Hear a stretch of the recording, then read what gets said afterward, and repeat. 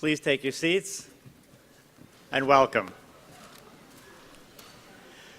Let me start by welcoming the stars of the show today, the class of 2022.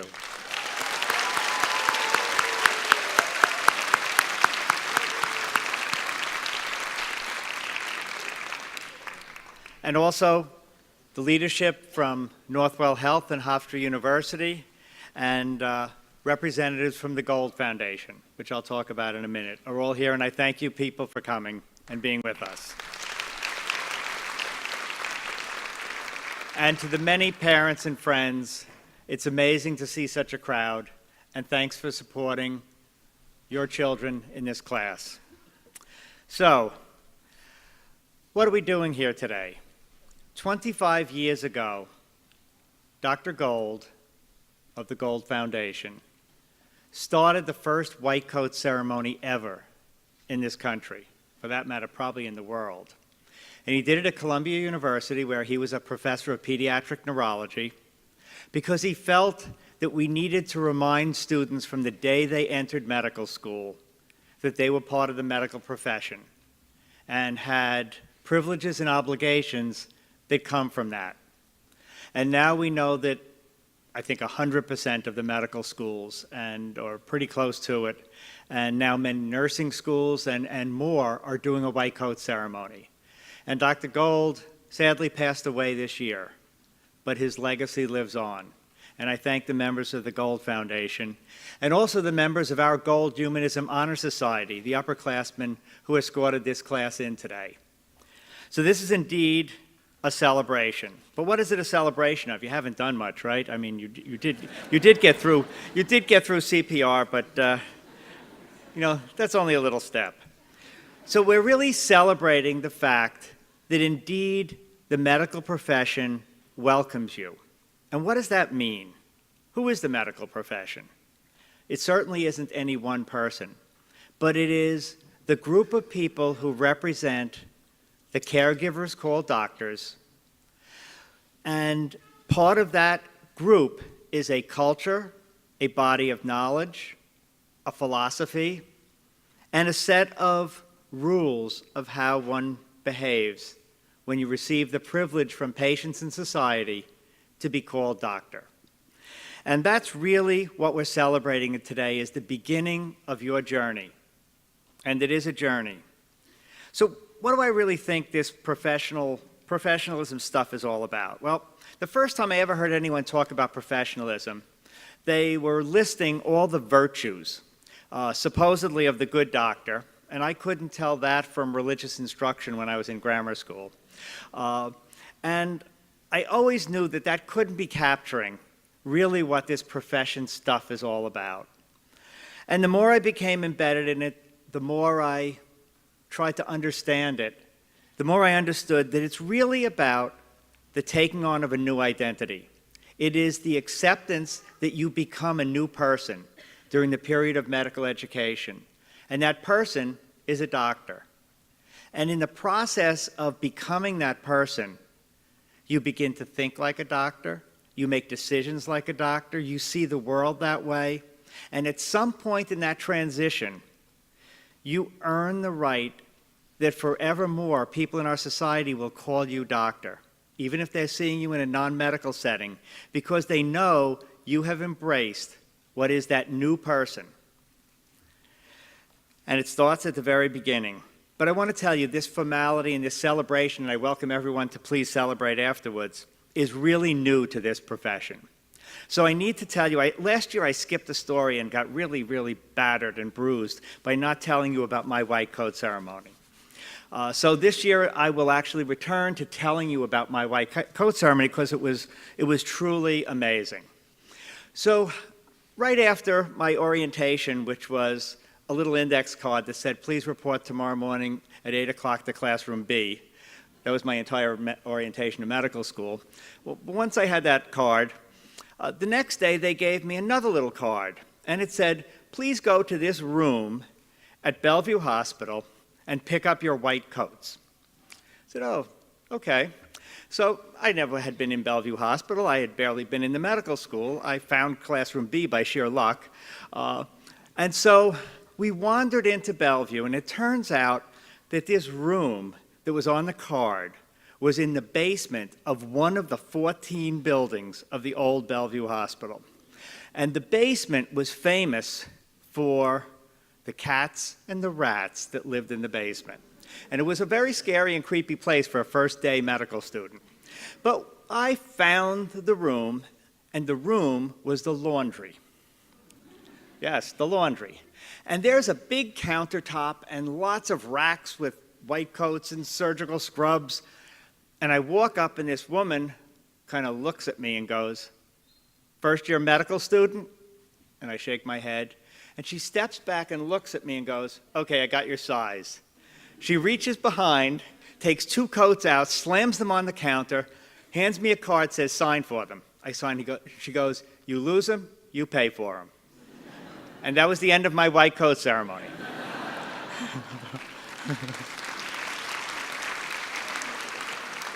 So see how much nicer it is today. We don't even charge you if you lose them. Maybe. Do we charge them, Jody? I don't know whether we do. So the fact is that we have come to recognize that this is a special moment in your lives, and we are really comfortable celebrating it as such. But let me talk a little bit to the rest of the audience. So this is 8 years this medical school's been in existence, 11 years since we began to plan it, and we took a very particular view of how to train tomorrow's doctors. First of all, we said tomorrow's medicine and today's medicine looks nothing like yesterday's. And if we reproduce the training that was outstanding 30 years ago, it will completely miss the target for today and tomorrow. And so, how do we educate medical students for a health system that we only have a bare glimpse of? We're not even sure how the medicine will actually be practiced during the times of your careers. But we knew certain things were not going to change. We knew that what makes a great doctor doesn't change over time. And we know that it's all about patients believing that they really listen to them, that they're empathetic, and that they care. So here's my first tip to all you medical students. Every patient knows whether you care about them or whether you're just going through the motion.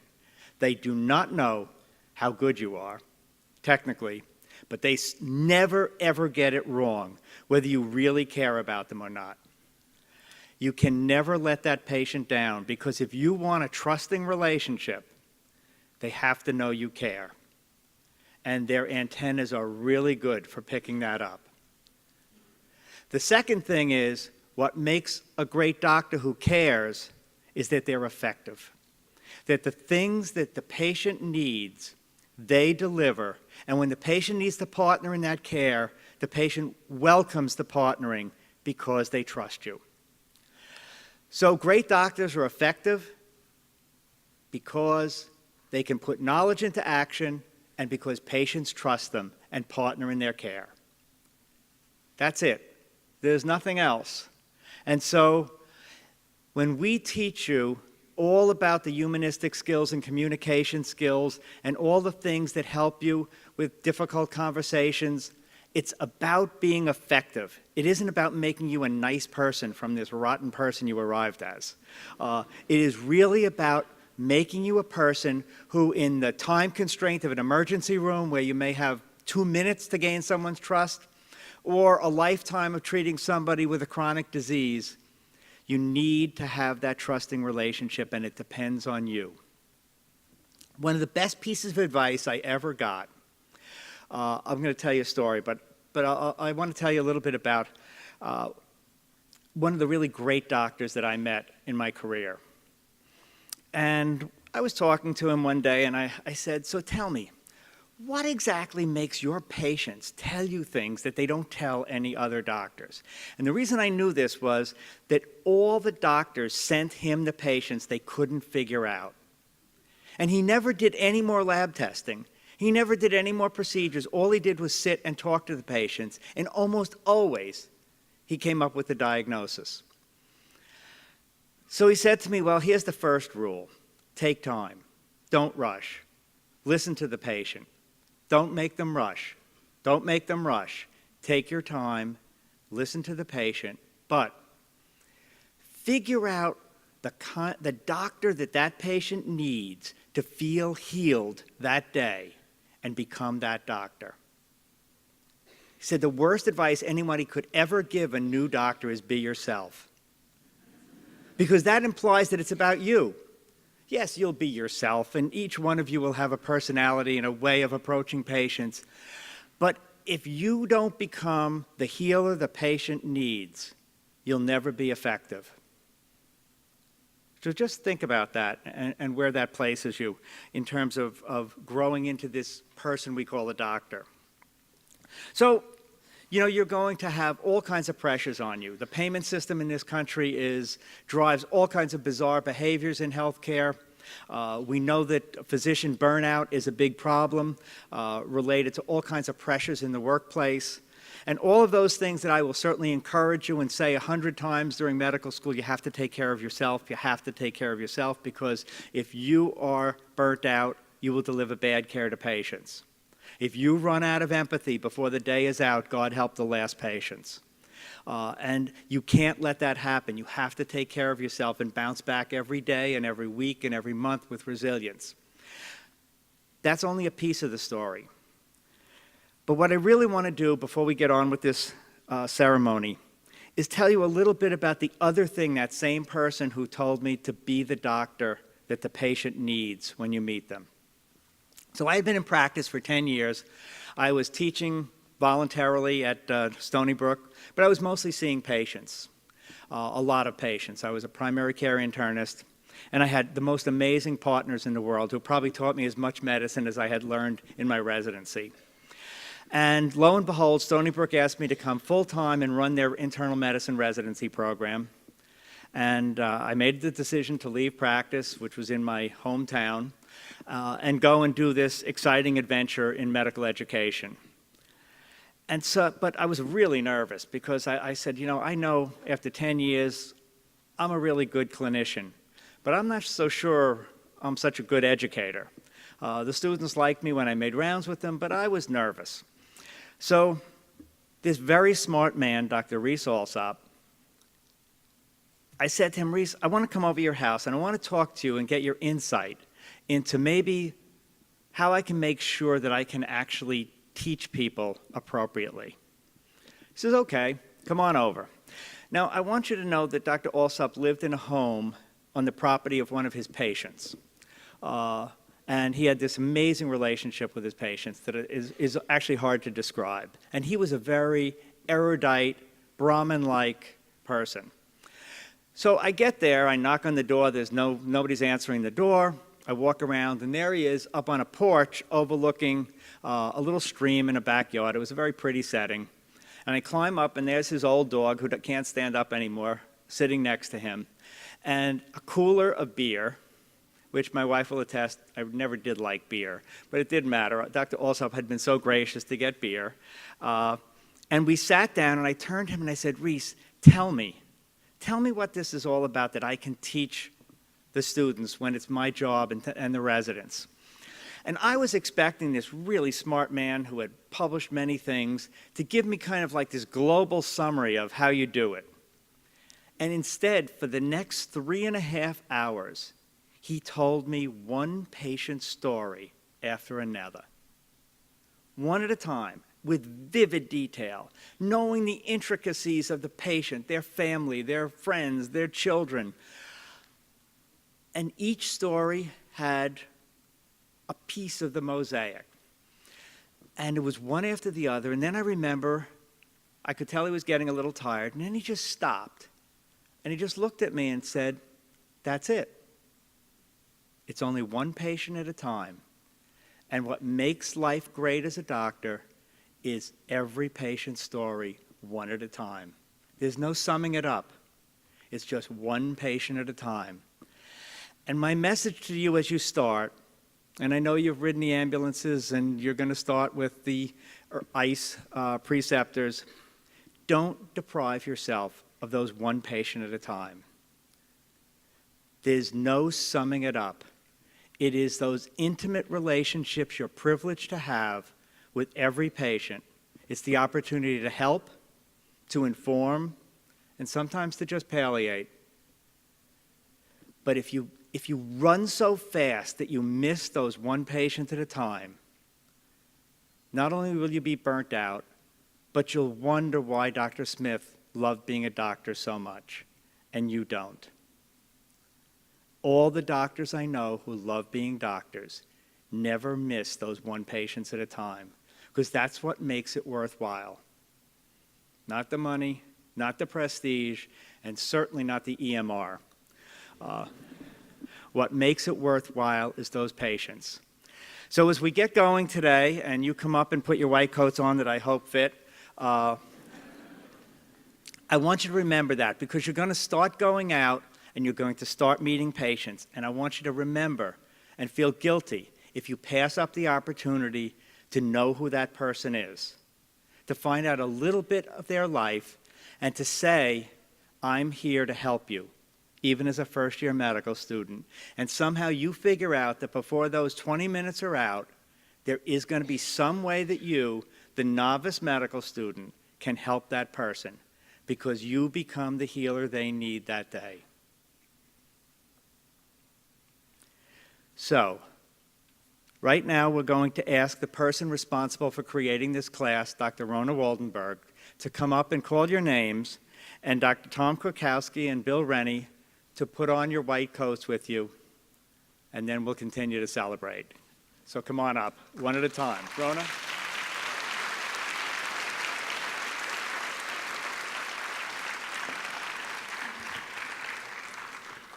Good afternoon, everyone.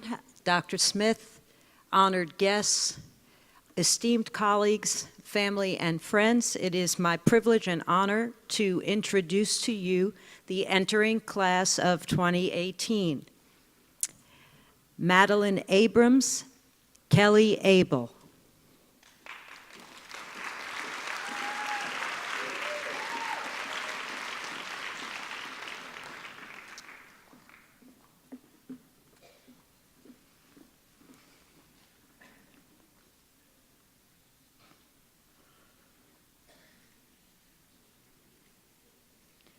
Elizabeth Grace Beals, Brandon Blank. Congratulations.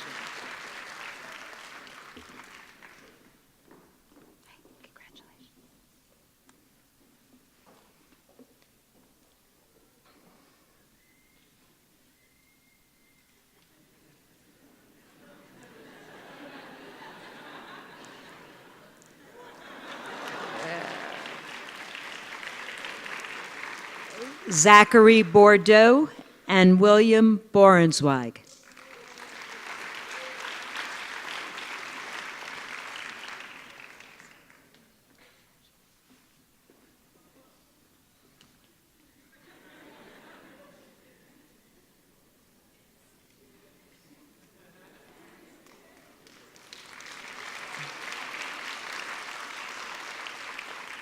Sharon Bossard and Sonam Brahmbhatt.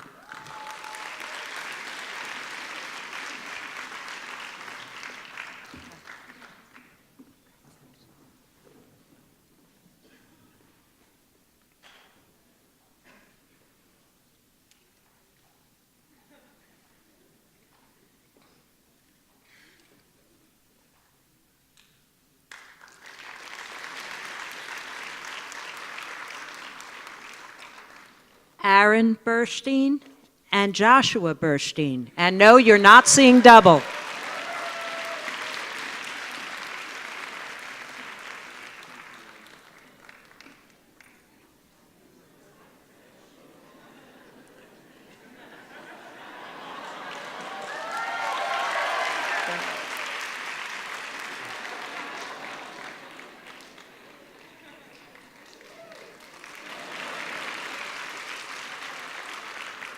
Leah Carroll and Daniel Cheng.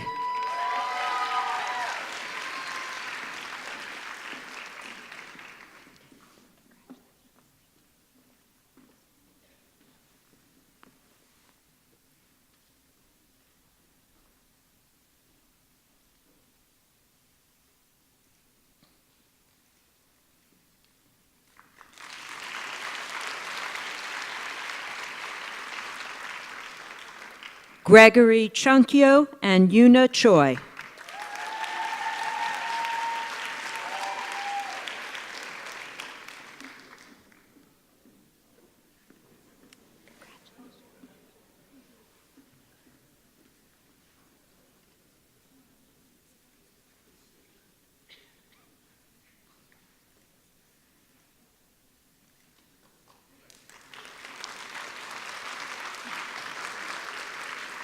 Barbara Cortez and William Matthew Degovea.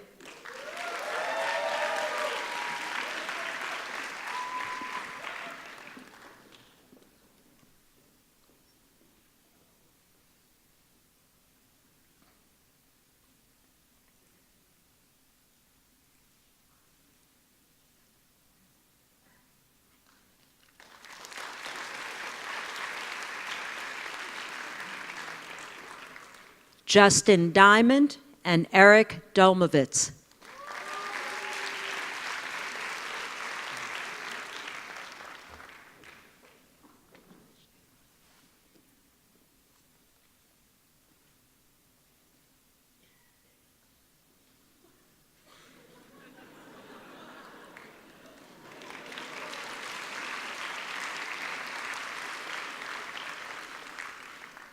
Priya Devuri and Jessica Edwards.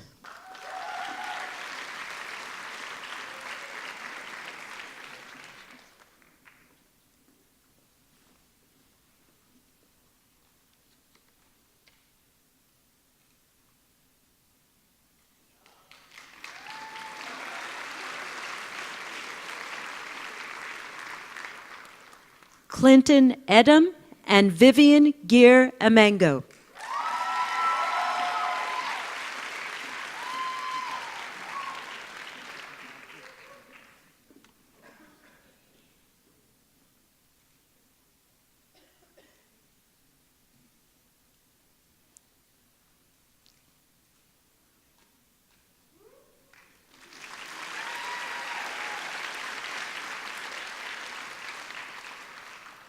Julia Eppelbaum and Danielle Fissen.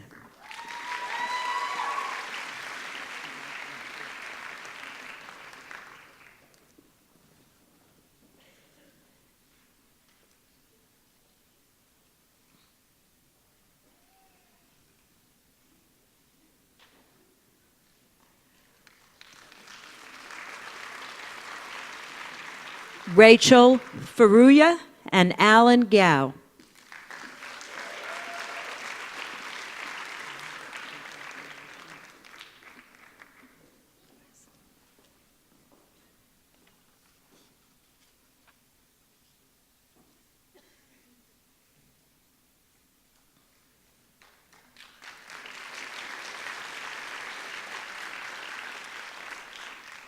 Stephanie Garcia and Sri Lakshmi Garakapati.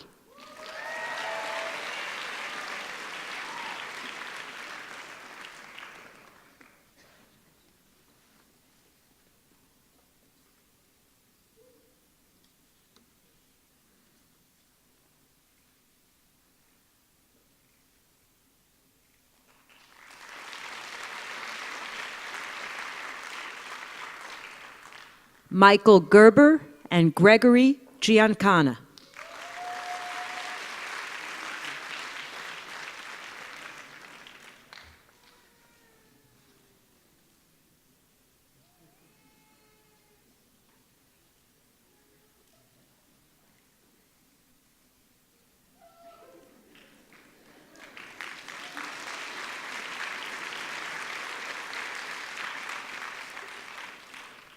Christian Giganti and Aaron Goldstein.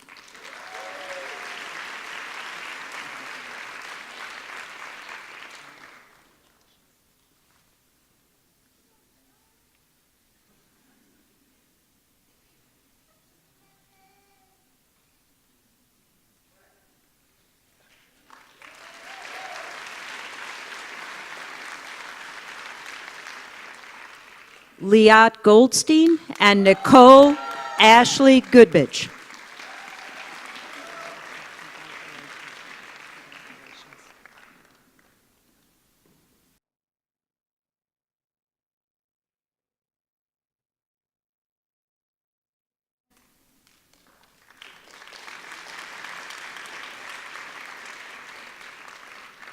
Rohan Gupta and Sebastian Gutierrez de Pineras.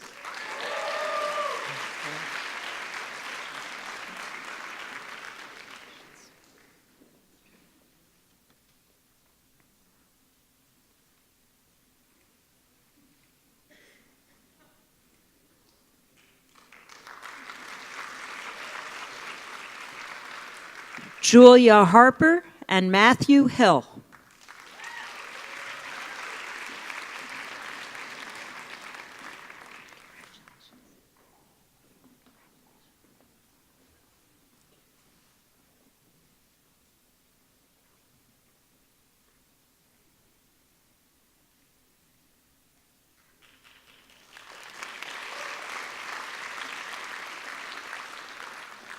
Catherine Ho and Benjamin Hoffman.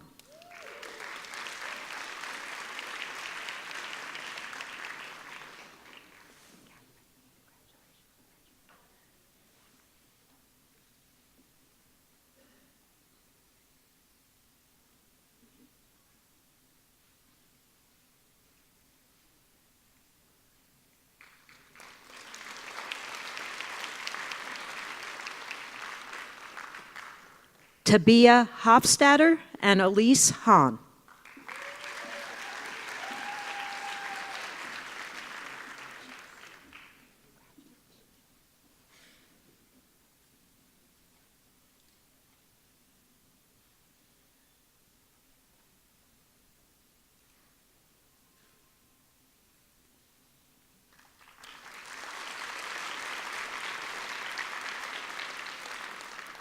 Danielle Anesta Lowe Howell and Tiana Hudson German. Got it right.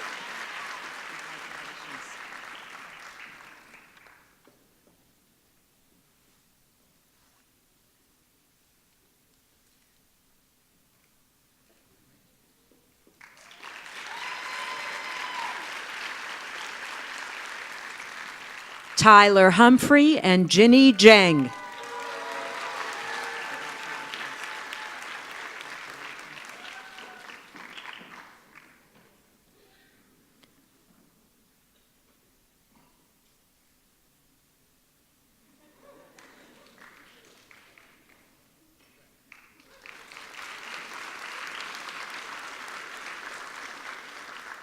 Ashna Joseph and Rachel Jujon Roach.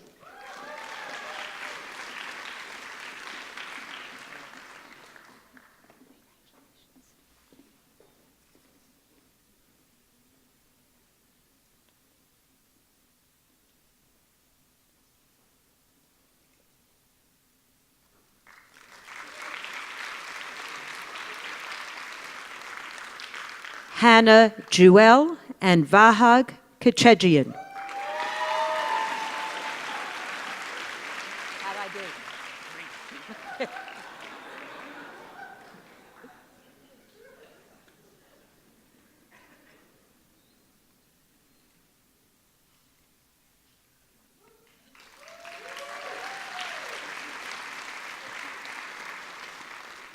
Sabrina Khan and Daniel Kim.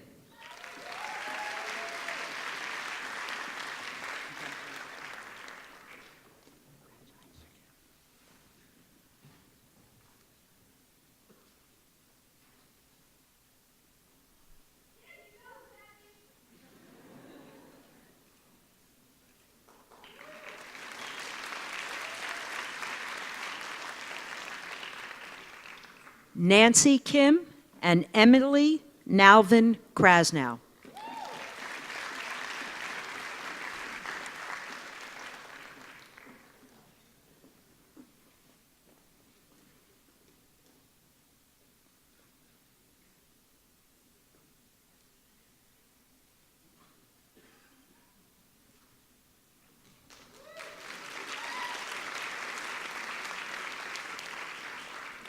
Corey Lasher and Jake Lehman.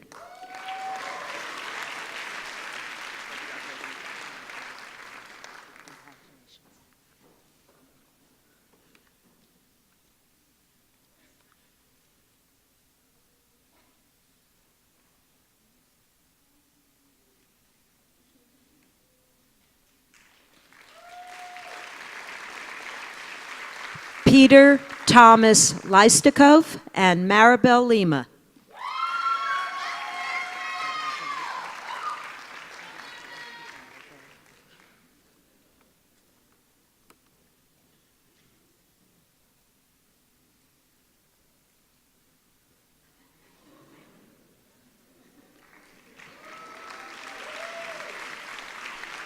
Angela Lowe and Dee Luo.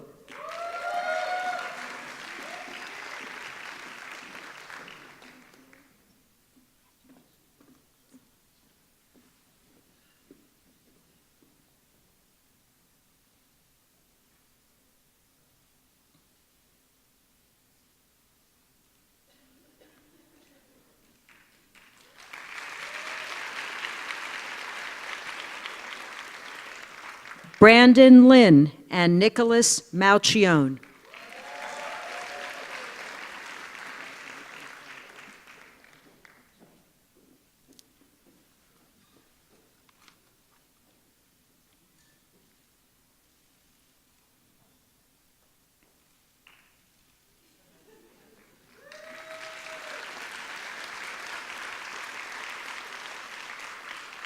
Sean Matuzak and Lydie McKenzie.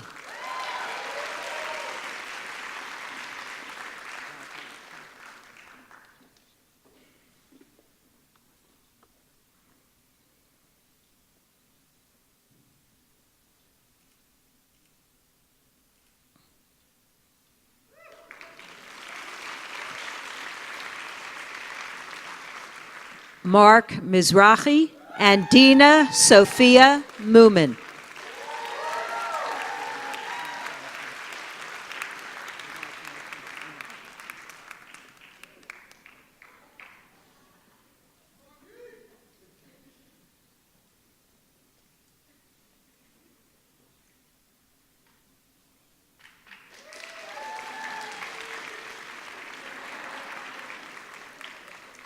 Zaim Nazir and Theomi Wynn.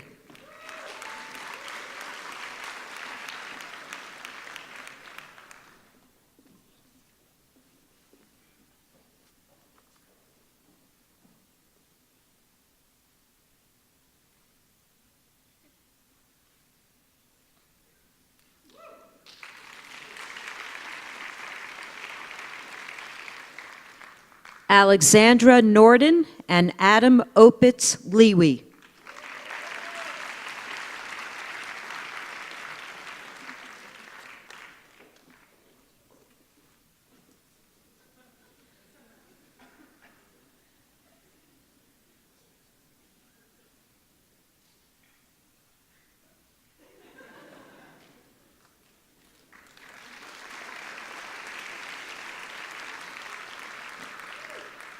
Pablo Xavier Palacios and Stephen Para.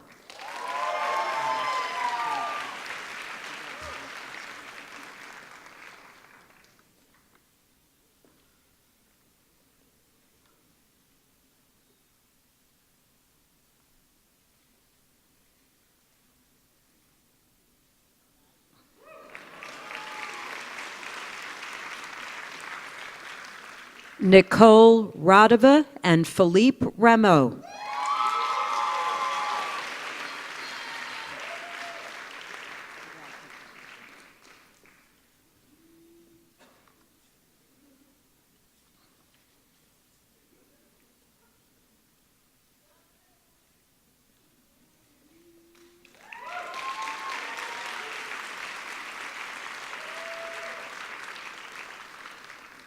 Crystal Robinson and Charles Rong.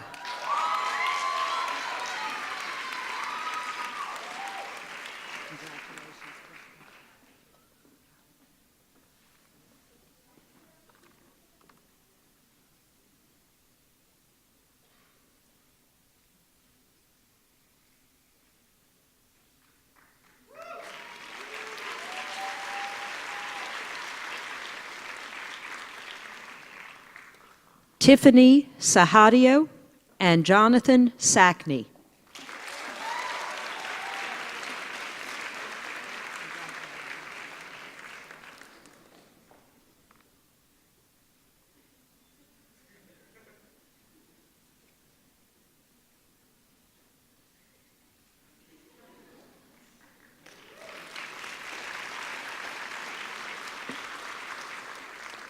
Andrew Seidner and Elon Sharabani.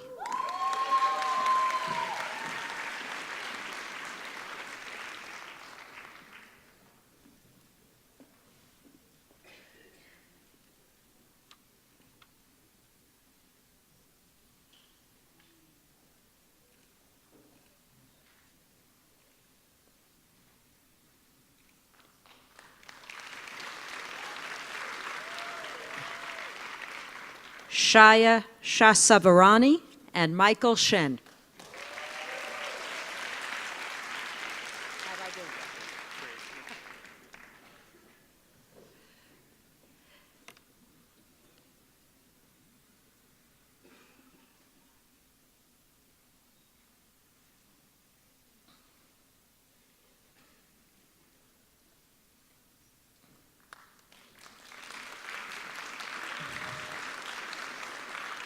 Matthew Ciano and Andrew Simpson.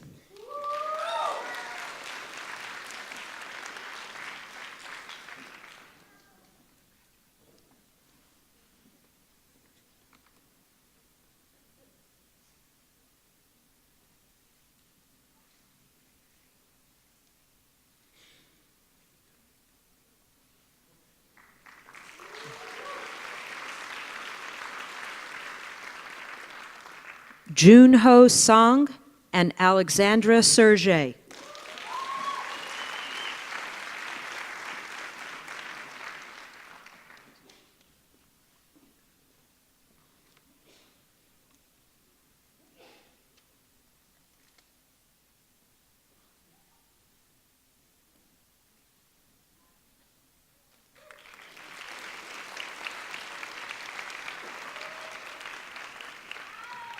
Aaron Tabibzadeh and Dylan Ton.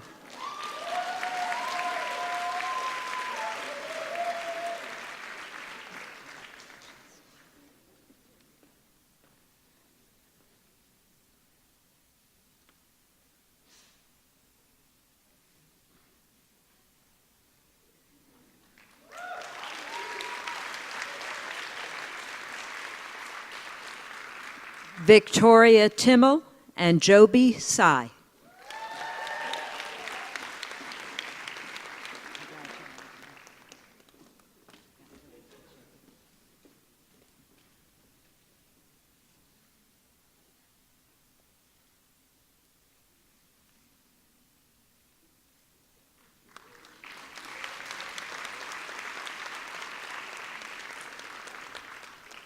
Roland Vaca and Sarah Vander Elst.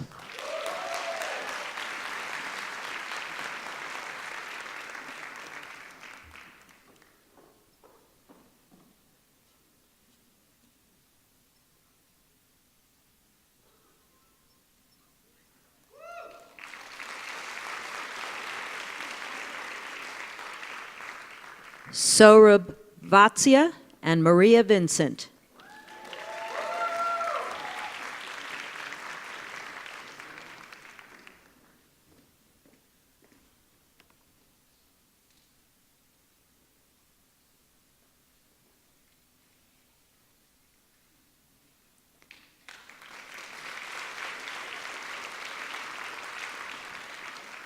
Nate Webb and Amanda Wong.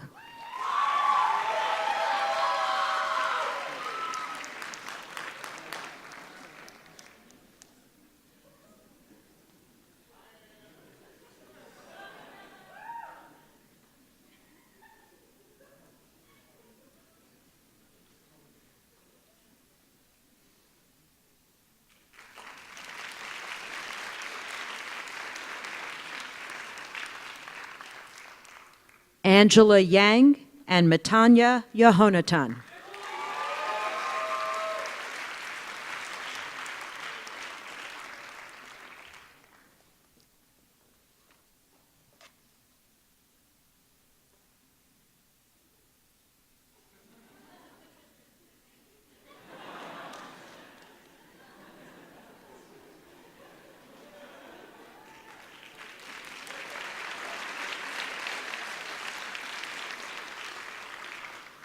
Esther Yi and Victoria Zhao.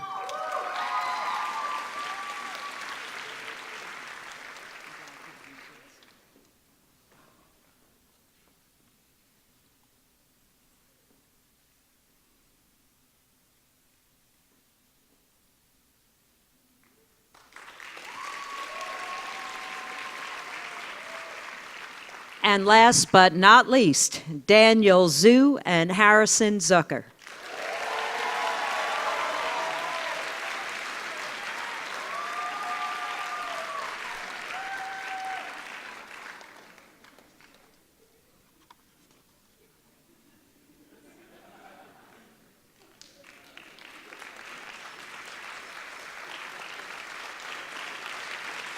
Thank you.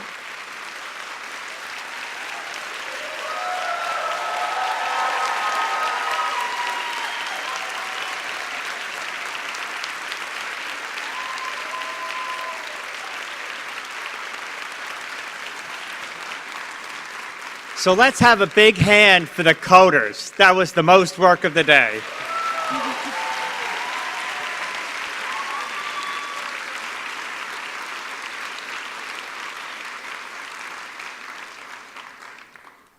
So now I would like to ask the entire class of 2022 and any physicians in the audience to please rise. And on the back page of the program, not the back, third page, is our oath. And I would like everyone to say this together. And please say it loud enough so I actually know you're saying it. And then I'll let you take over. So this is a modern version of the Hippocratic Oath. And let's start. I swear to fulfill this covenant. I will respect the hard-won scientific gains of those physicians in whose steps I walk, and gladly share each knowledge those who are to follow. I will apply for the benefit of the sick all measures that are required, avoiding those twin traps of overtreatment and therapeutic nihilism. I will remember there is art to medicine as well as science, and that warmth, sympathy, and understanding where the surgeon's knife or the chemist's drug. I will not be ashamed to say I know not, nor will I fail to call on my colleagues when the skills of another are needed for a patient's recovery. I will respect the privacy of my patients, for their problems are not disclosed to me that the world may know. Most especially must I tread with care matters of life and death, and never abuse the power that has been bestowed upon me. I will remember that I do not treat a fever chart, a cancerous growth, but a sick human being whose illness may affect not only the person, but a family and community. I will prevent disease whenever I can, for prevention is preferable to cure. I will remember that I remain a member of society with special obligations to all my fellow beings, those sound of mind and body, as well as the infirm. I will maintain the health of my own body, spirit, so that I am able to discharge my duties. If I do not violate this oath, may I enjoy life and art, respected while I live, and remembered with affection thereafter. May I always act so as to preserve the finest traditions of my calling, and may I long experience the joy of healing those who seek my help.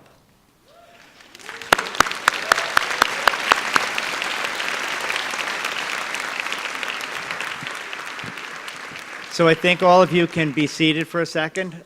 Let me just remind everyone, the party begins at the medical school. We have buses to return you, or you can certainly walk on this beautiful day.